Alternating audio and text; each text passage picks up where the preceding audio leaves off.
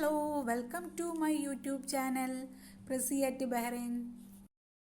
ഇന്നിവിടെ തയ്യാറാക്കാൻ പോകുന്നത് ഒരു നോൺ വെജിൻ്റെ ഫീലൊക്കെ തരുന്ന വെജ് സോയാ ചങ്ക്സ് റെസിപ്പിയാണ്. ഈ സോയാ ചങ്ക്സ് കുറച്ച് വെള്ളത്തിൽ ഉപ്പിട്ട് വേവിച്ച് വെച്ചതാണ്. ഇതൊന്ന് കഴുകി നമുക്ക് പിഴിഞ്ഞെടുക്കാം. സോയാ ചങ്ക്സ് പിഴിയുന്നത് ഇതിലേക്ക് മസാല നന്നായി പിടിക്കുവാൻ വേണ്ടിയാണ്.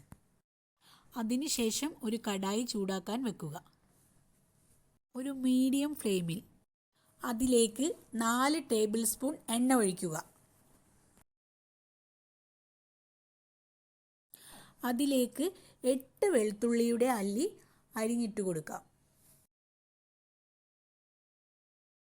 1.5 ഇഞ്ച് വലിപ്പത്തിലുള്ള ഇഞ്ചി ചെറുതായിട്ട് അരിഞ്ഞിടാം.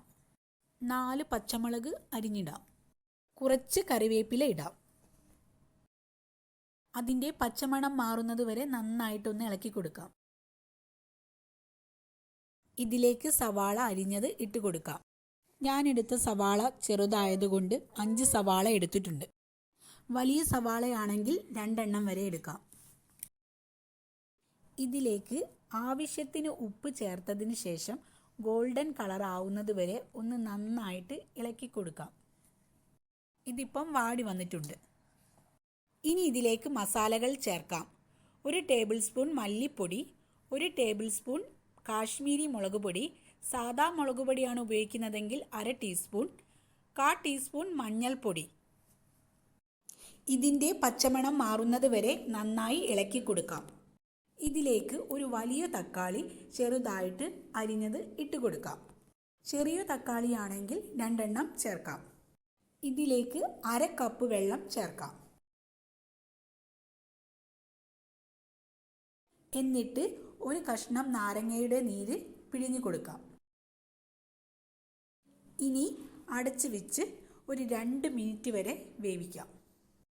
ഇനി നമുക്ക് മെയിനായിട്ടുള്ള സോയാ ചങ്ക്സ് ചേർക്കാം.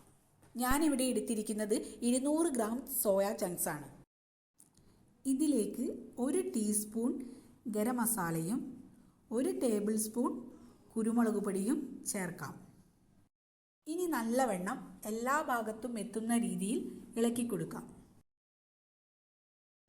അവസാനം ഇതിലേക്ക് കുറച്ച് കറിവേപ്പിലയും കുറച്ച് മല്ലിയിലയും ചേർത്ത് കൊടുക്കാം.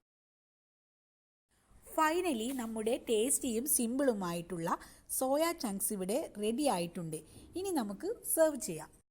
ഈ ഒരു റോസ്റ്റ് നമുക്ക് ചപ്പാത്തിയുടെ കൂടെയും പൊറോട്ടയുടെ കൂടെയും ഒക്കെ കഴിക്കാവുന്നതാണ്. അപ്പോൾ ഈ റെസിപ്പി എല്ലാവർക്കും ഇഷ്ടപ്പെട്ടെന്ന് കരുതുന്നു. എല്ലാവരും ഒന്ന് ട്രൈ ചെയ്ത് നോക്കണേ. നിങ്ങളുടെ ഫീഡ്ബാക്കും ഒന്ന് താഴെ കമൻറ്റ് ചെയ്യാൻ മറക്കരുതേ. ഇനി മറ്റൊരു വീഡിയോയുമായി വീണ്ടും കാണാം. Thanks for watching.